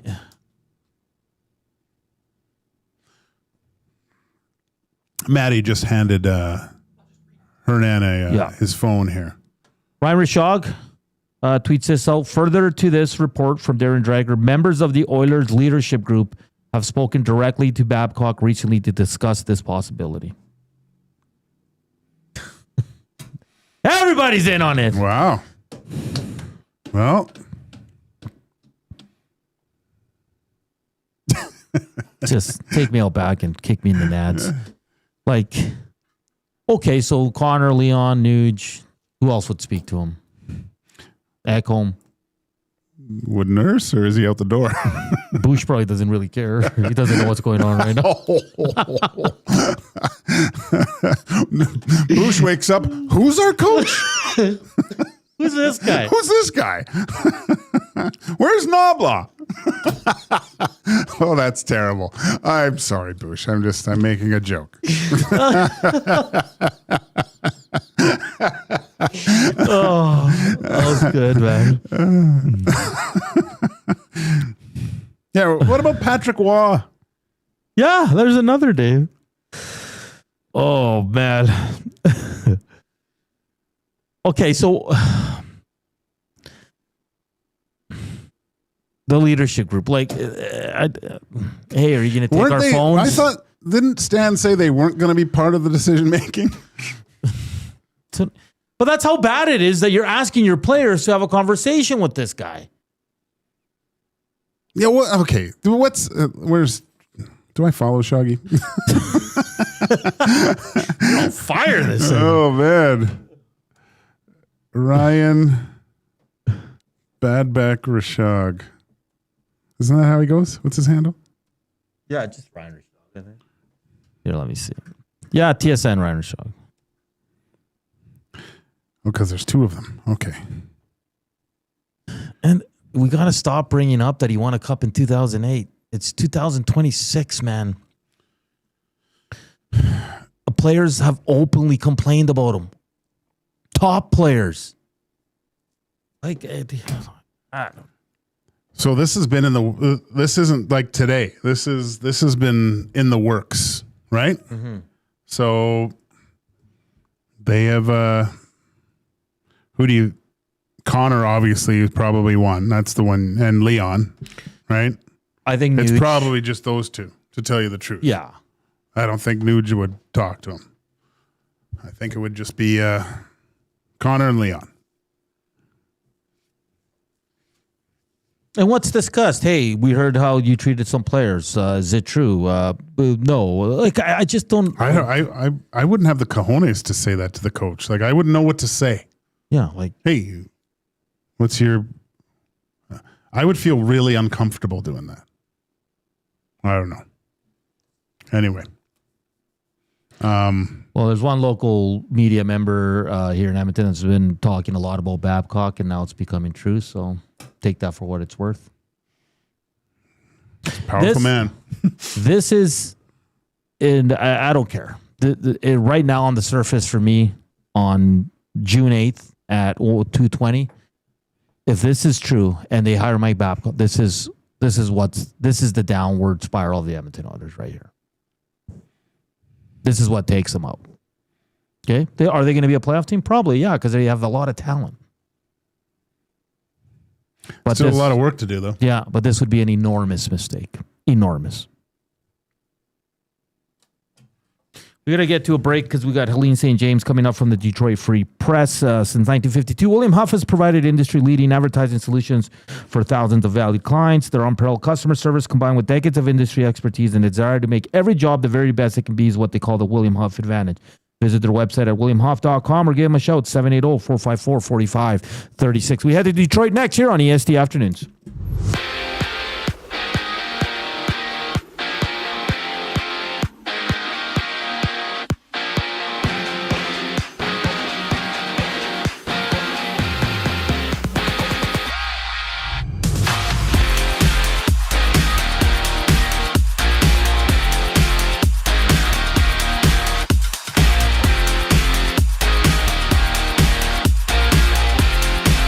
According to TSN's Darren Dreger, the Oilers are consulting with the NHL Players Association to make sure there are no objections to potentially hiring Mike Babcock. Mid allegations of invading player privacy in 2023, Babcock stepped down as the head coach of the Columbus Blue Jackets. TSN, they've also reported that the Kings have signed Peter Laviolette to a 3-year deal to become LA's new head coach, replacing interim bench boss DJ Smith. Over to Toronto, the Raptors, they've inked general manager Bobby Webster to a multi-year extension, giving him a promotion to executive vice president of the club. Out in New York, the Knicks, they play host to the Spurs for Game 3 of the NBA Finals. San Antonio down 2-0. In the series, tip-off goes at 6:30, and the Jays are in action challenging the Phillies just after 5 o'clock for the first of 3 games in their set. Patrick Corbin gets a start for Toronto. Philly countering with Christopher Sanchez. Over to soccer, Canada is taking Moises Bombito's injury day by day after he sat out of Friday's draw against Ireland. Bombito did play June 1st against Uzbekistan, but is still recovering from a broken tibia. EST Afternoons continues here following the break on Edmonton Sports Talk. I'm Zachary Kubish, keeping you in the loop. Worksite ready, Western tough. Lamley's Workwear is calling all tradespeople, oil and gas crews, construction workers, farmers, and hard-working Canadians. Built for the job with quality craftsmanship, job site protection, and cowboy-worthy durability. Trusted brands like Airy at Work and Wrangler Rigs, designed for performance and all-day comfort on the toughest sites. No matter the season, Lamley's has the workwear you need. Shop the full range now at lamleys.com/work. LAMMLES. When you cater with Royal Pizza, you're getting the same great pizzas, pastas, and salads you love, just bigger and built for a crowd. Perfect for teams, offices, or parties, Royal Pizza's catering brings real value around $10 per person. Delicious, high quality, and easy. If you like their pastas, you'll love their catering pastas even more. Visit royalpizza.ca or contact your local store for exact pricing and details. So come on home, Royal Pizza, still making it great. Looking for flooring? Paramount Flooring has it all. Sales, service, and expert installation. With options for every style and budget, open 7 days a week. We've got you covered. Quick delivery and in-stock deals. Plus, EST listeners get 10% off. Visit ParamountFlooring.ca today. Goodwill is one shopper, finding something I never knew I needed. A jacket, a deal, one donor, letting go of something so someone else can move forward. One program participant. Learning. Trying. Building skills. Building confidence. Building a future.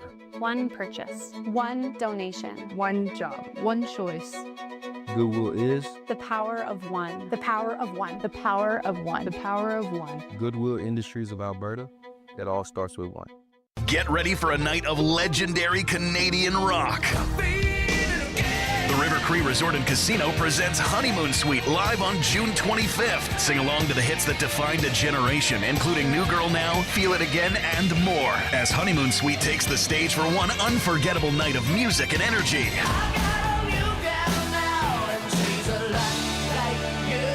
Don't miss Honeymoon Suite June 25th at River Cree Resort and Casino. Tickets at rivercreeresort.com. When you bet with Play Alberta, you give back to Alberta. That's because it's the only app in the province that puts all revenue directly back into supporting programs and services that Albertans rely on every day. So next time you place a wager on your favorite team, know that you're also making a difference across the province through Alberta's General Revenue Fund. Visit playalberta.ca/EST to learn more. That's playalberta.ca/EST. Must be 18 plus. If you gamble, use your game sense.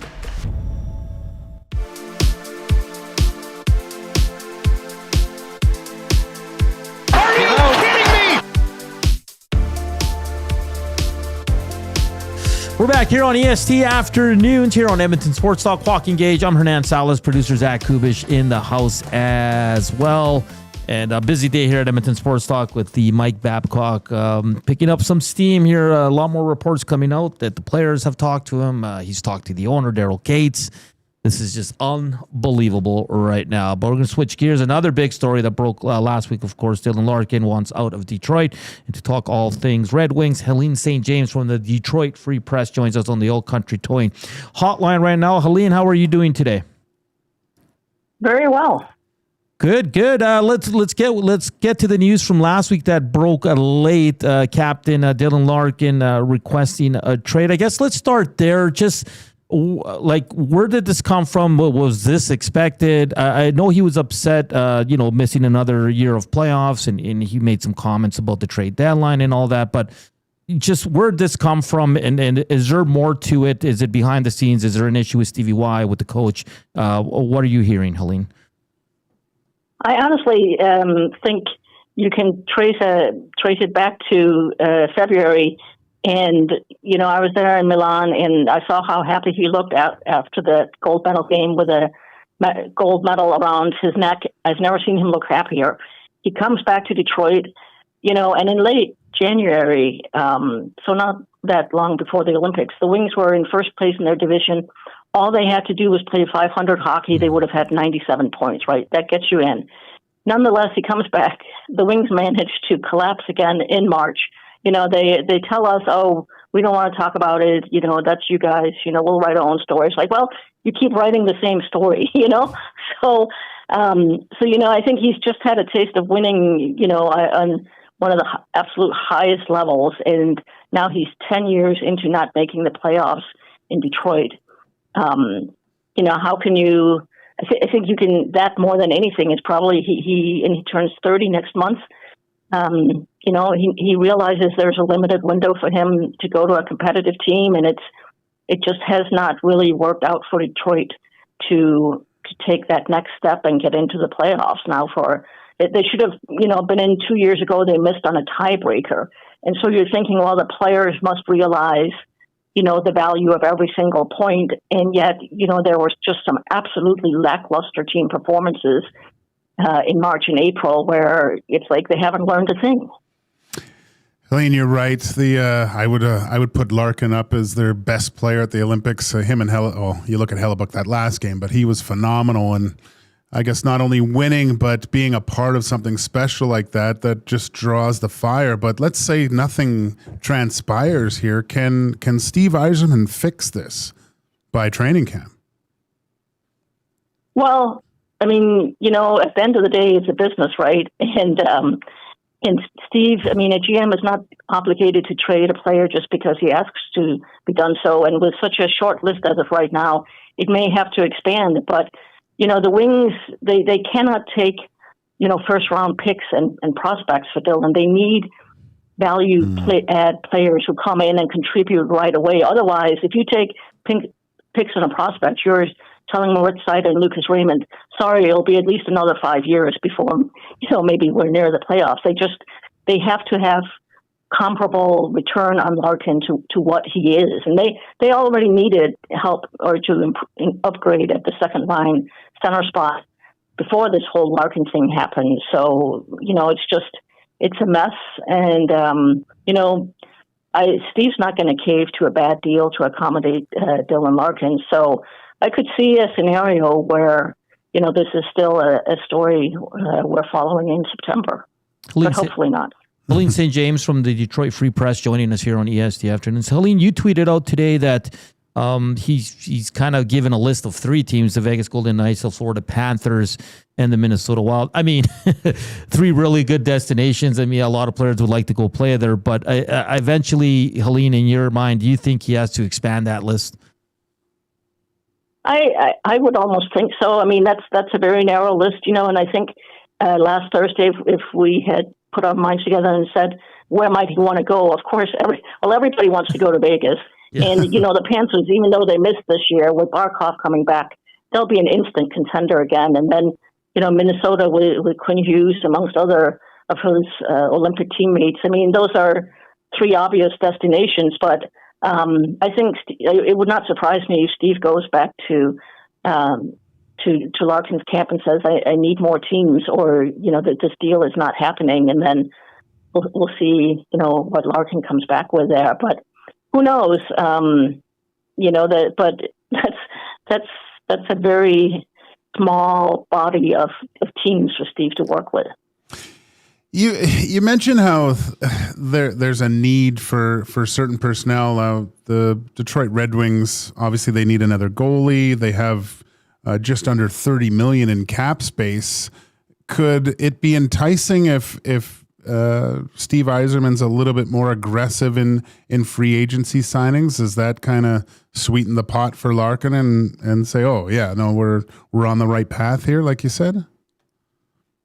Well, I think the bigger issue is, there's not a lot of help available up front in free agency. I mean, free agency, these days it's almost like going Christmas shopping on December 23rd, right?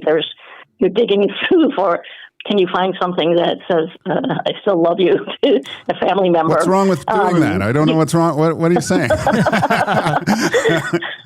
The free agency just, we see that the best players don't get there anymore. Mm. And, the Wings also just, they aren't the draw they were in Steve's heyday as a player when everybody wanted to come to Detroit, I think they certainly still have draws in the original 16, but other players look at it and go, well, am I going to win there? I think one of the reasons it worked so well for Patrick Kane is he's already won 3 cups, like he's made his career. So I don't know that, even swinging a big trade or free agency or something if that would change things, if Larkin would go back and say, okay, now I'll stay. I mean, once you kind of make this demand or request, it's kind of hard to walk it back. Unless, both sides see an off-ramp. Helene, we're hearing the name a lot, Sebastian Cossa, so far this offseason. Is there any truth to that they might be looking to move him? And we know him well here in Edmonton from his days with the Oil Kings. Yeah. What are you hearing on Sebastian Cossa?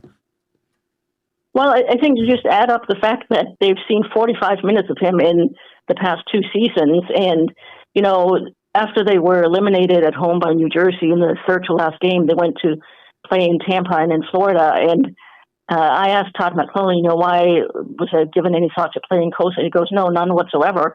And I was kind of thinking, well, why not? At that time, Pustava was playing in Grand Rapids. They have Trey Augustine there as well. They have plenty of prospects, but the fact they don't seem to want to see him, and he didn't play in the AHL playoffs.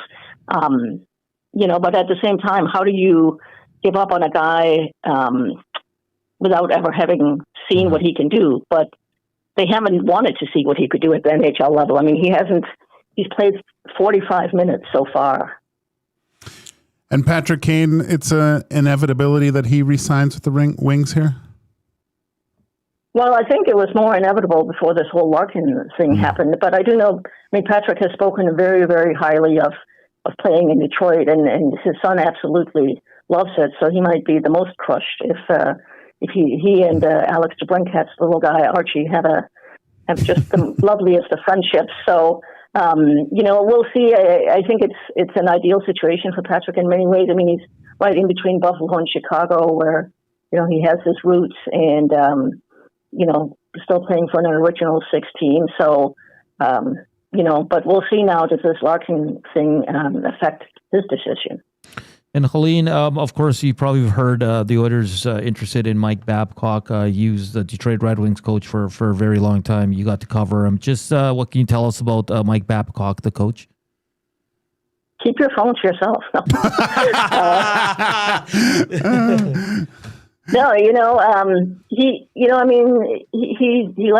was here in Detroit for 10 years and very successful. And, yes, were there some players he graded on? No doubt, but tell me a coach that isn't. I mean, it's part of being a professional, right? And he pushed some buttons, and, there's some stuff that's come out about him that's, shows a side you'd rather not see in anybody. But I don't doubt that, or think that there's anything you can say that he's definitely a good coach. So it's just, has he finally, learned all the life lessons of how you behave, off the bench.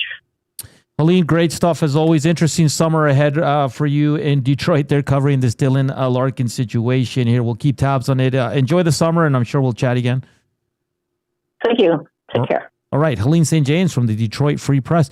That's a good question you asked, Joaquin, because let's just see Stevie Weiss start spending a little and the team he sees it improving. He's like, can you walk it back? And Helene was like, well, I don't think he can after this. I don't know. They probably know each other, but they're both from Buffalo. Is Alex Tuck, right? Yeah. And from all accounts, The negotiations aren't going well in Buffalo right now. Tuck wants 2 digits beside his contract, while Buffalo is very hesitant.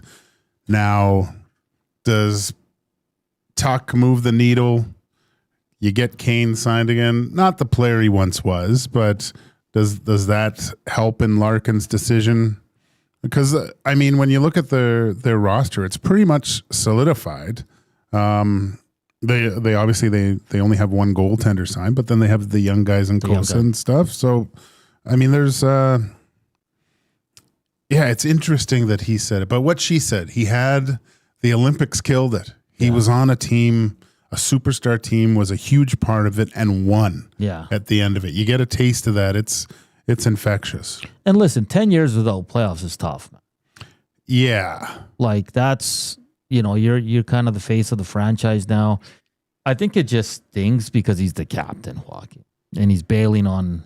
Because how do his teammates feel about him?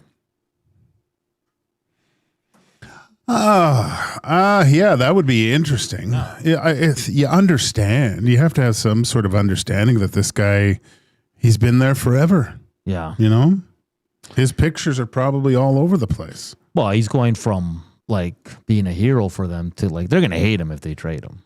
Oh gosh, yeah. And Helene, I was going to ask her, but she kind of threw it in one of her answers. She goes like, the Red Wings are not trading for picks and prospects. No. Like they need bodies back.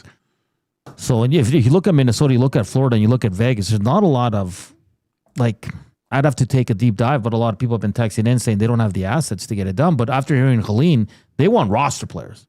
Yeah. Yeah, they don't want a guy that's 2 years away. Like when you kind of just browse those 3 teams, right? Yeah. And who would shake loose? You obviously want young talent, but you want young guys that are difference makers too. Like, I'll be honest, if I'm Detroit and it's Minnesota, the first guy, like, that's realistic that I'm asking for is Eriksson Ek. Exactly. Yeah, like, he's in the package. Yeah, he's coming the other way. Because they're not trading Boldy. They're not. No, he's their... Yeah. Jeez, I wouldn't... Starts with Eriksson Ek for me. You know what? I'd almost ask for Boldy instead. I guess Boldy's a winger, though. Larkin's a center. American, too, though. Right? You got Boldy, Larkin, Hughes. Yeah, I know. Faber. I think it starts with Eck and who? Brodin. He's older though, right? Yeah, but still experienced D-man. He's 32. Can you do a young guy maybe? Like a guy that's maybe in their bottom 6 that has potential? Well, let's take a look here. That year off? Year off. I mean, he's not a bad player. Yeah. A McCarron? Like, would you swap his center? Because Ryan Hartman's down the middle already. But McCarron's like a 4th liner, so Yeah. I think they wouldn't want to go down that. He's 31. Yeah. Kaprizov. You know what it might be? It might be like, let's just say Eriksson Ek, and it might be one of their goalies. That's what I was thinking, yeah. Well, because they Well, both it want to would be starters, It right? would be Wallstead, not Gustafsson. You get the 23-year-old, right? Yeah. Yeah. So, or do you ask Kirill Kaprizov if he's willing to move his no-trade clause? And what did Helene say? They want center depth. Eriksson Ek fits that bill perfectly. Yeah. Mm-hmm. Swedish, playing with Lucas Swedish and Detroit has there's a relationship with Swedes going to Detroit. I mean, it could be done, but does Minnesota want to get rid of? They love Eriksson. Yeah. I personally talked to Bill Guerin about Eriksson Ek, and he loves him. Yeah. And to be honest, if he's in the lineup, there's a better chance they beat the Avalanche. So it's been rumored, and this is like legit rumors from media and people that were at the draft. If the Oilers didn't trade that 16th overall pick for Griffin, they were taking Eriksson Ek. Crazy. That would have... How many problems that would have solved. Oh, man. Crazy. Absolutely crazy. The afternoon inbox presented by the River Cree Resort and Casino. Check out their prime rib specials. Just $21.99. Available 7 days a week from 11:30 a.m. to 11 p.m. It's available for dine-in and takeout, and it's not available on show nights. Up next, We'll close it out with more Chell talk, of course, Babcock and all that stuff. It sounds like it's trending that way. I mean, players have talked to him. The owner has talked to him. They're not doing all that, Joaquin. No, if they're not hiring him. Yeah.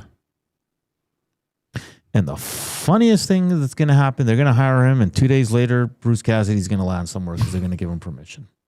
Never a dull day when it comes to the Edmonton Oilers. On the other side of the break, we'll close it out. We have the Screw Let's Do a Parlay, of course, this day and all that fun stuff. And don't miss out. Reed Wilkins, J-Mail. Well, they always have a fantastic show from 3 to 6. They'll have Chris Cuthbert on this evening, because it's after 5, I think he's joining.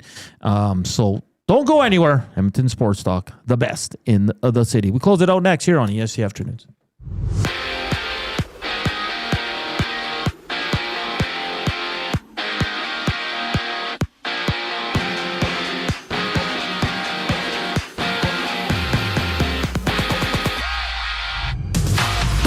According to TSN's Darren Dreger, the Oilers are consulting with the NHL Players Association to make sure that there are no objections to potentially hiring Mike Babcock.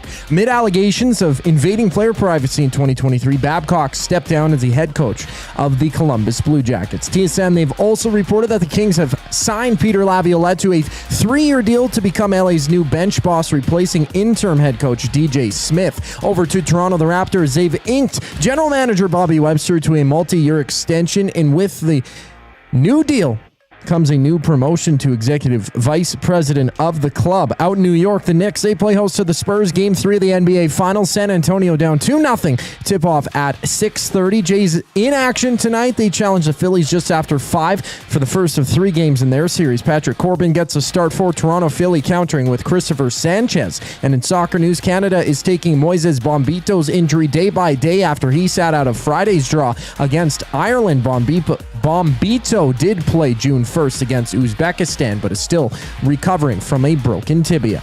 This sports update is brought to you by the Capital Care Foundation. Support seniors and residents in care, all while having the chance to win with the Capital Care Foundation Spring Prize Raffle. Get your tickets now at capitalcarefoundation.net. And a reminder that the raffle closes June 15th. The final segment of EST Afternoons up next here on Edmonton Sports Talk. I'm Zachary Kubish, keeping you up to date.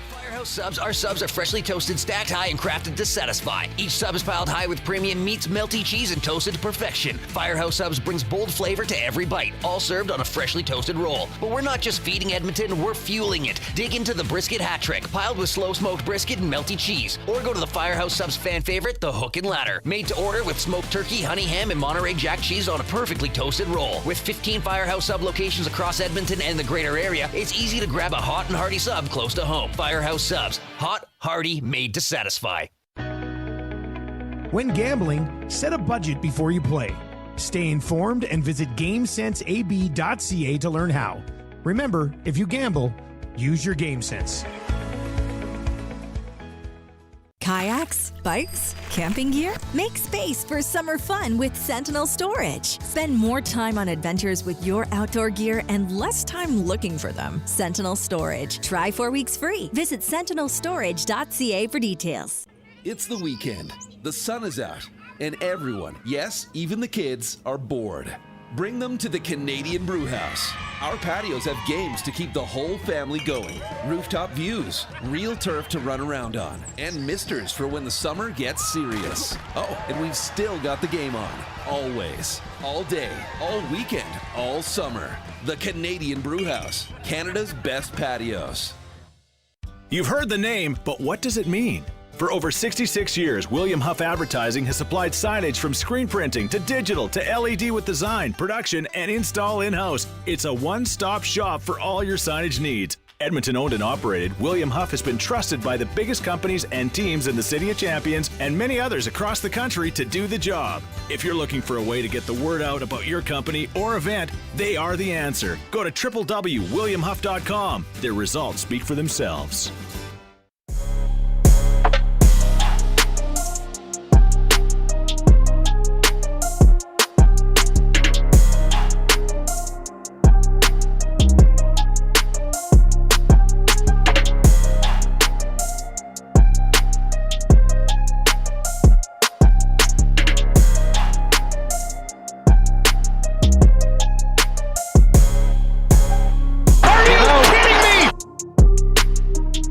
We're back. Final segment here on EST Afternoons, and I did not expect a Monday like this, fellas. I'll tell you that right now. Portions of this hour brought to you by the Canadian Brewhouse.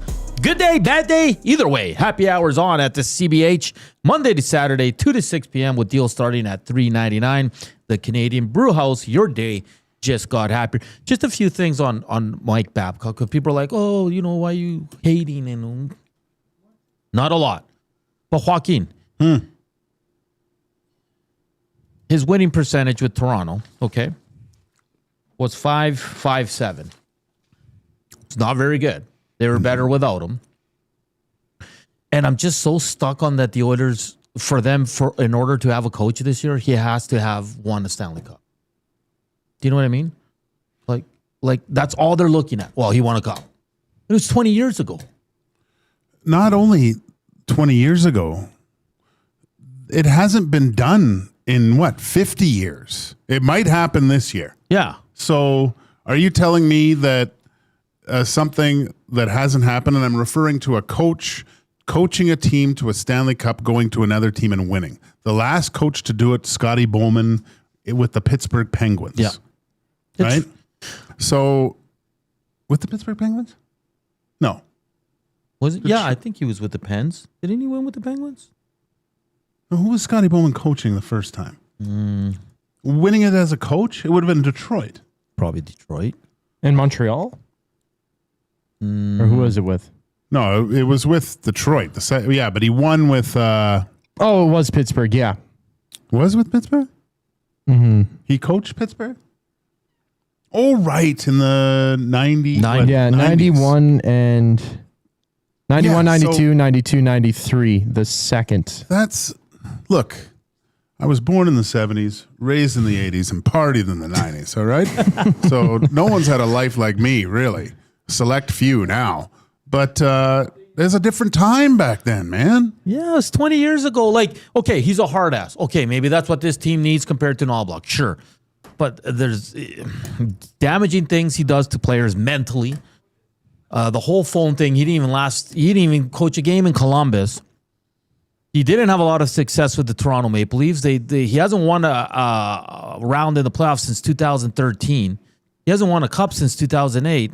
And all of a sudden, it's all going to come back, and this is the guy? There's just too many red flags for me, Joaquin. Like, I don't get it. I truly don't. And I think you said it. Correct me if I'm wrong. But if you're going to the players to talk to the coach, that should tell you everything right there. Why? If you're okay with your decision and you think he's an upstanding citizen and a great coach. It's like you with your picks for our Screw It, let's do it. As soon as you make it, go, hey, it's okay. That's what I mean. Yeah. Like, if you got to be, this is our guy. Yes. I don't care what you think. Yeah. The inmates can't run the asylum. But if you're going to the Oilers' big dogs to get approval and to talk to them, that should tell you right away this is not a good decision. I don't know what Daryl Cates is smoking. I don't. Probably the good stuff because he's a billionaire. But, like, you're out to lunch, man. 81 thumbs up. Oh. Hit 80. All right. We need 19 more for 100. We got 5 minutes. Hey, if everyone just did it, we'd have over 200, I think. That's just the thing. I think this is a mistake. And if I'm wrong and he's the coach of the team and the Oilers win the Stanley Cup, I'll sit here and say, I'll eat my words. But I think this is a horrible decision. What will we do if they hire Babcock and the Oilers win the Stanley Cup? What do we have to do? Apologize? I don't know. Why don't we bring it up? Mike Babcock tattoos? No, I don't want to tattoo. We'll think of something. But this is a horrible decision in my eyes. But the hell do I know? I'm just a jabroni doing a radio show. All right, boys. Screw it. Let's do a parlay. We've been terrible. We haven't hit in 2 weeks. Oh. When you bet with Play Alberta, you give back to Alberta. That's because it's the only app in the province that puts all revenue directly back into supporting programs and services that Albertans rely on every day. So next time you place a wager on your favorite team, know you're also making a difference across the province through Alberta's General Revenue Fund. Visit playalberta.ca/EST to learn more. If you gamble, use your game sense. Hit it, Coob.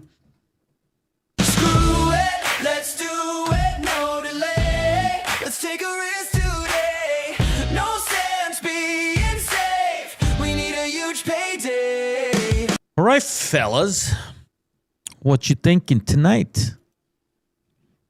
Well, I wish there was lines on if the Oilers will hire Mike Babcock. Oh, I would sprinkle some cash on that. Just a little bit, but it's killing me, man. It's killing me.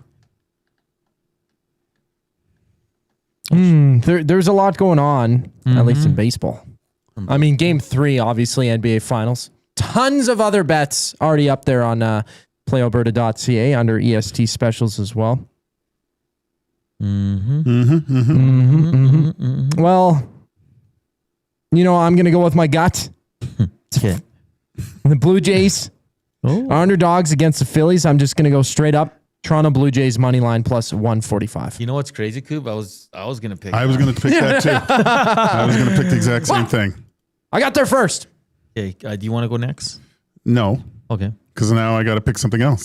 Just like you. Oh, the spread is so low in that game.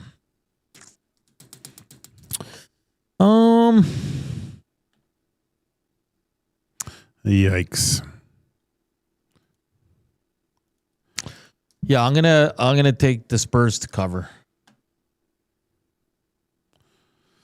Spurs to cover? Are the Knicks fat and sassy right now? It might be.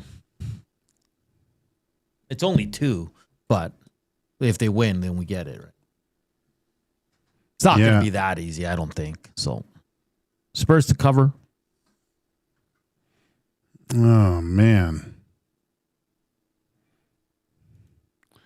Well, what do we call this thing? The screw it, let's do it, right? Let's go. What's a big one? Give me a good one. Give me the gas. All my baby. bets from Thursday on will be soccer. So the 7.5 runs over. I think that. Who's pitching? Corbin. Not very good. I mean, he's against Christopher Sanchez. Christopher Sanchez. Let's go. Let's take the over. 7.5 runs. Jays Phillies. Okay. Over? Over. Beauty.